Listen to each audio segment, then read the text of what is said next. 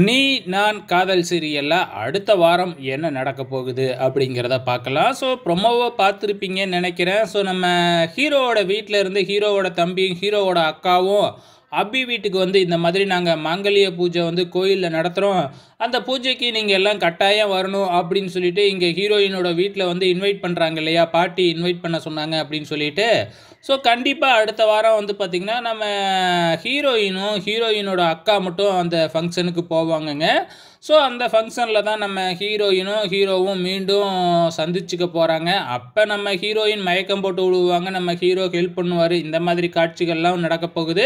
So இதில் தாங்க வந்து பார்த்திங்கன்னா நவீன் தான், அதாவது முரளி தான் நம்ம ஹீரோவோட அக்கா வீட்டுக்காரரு அப்படிங்கிற விஷயம் தெரிய வரப்போகுது எல்லாருக்குமே.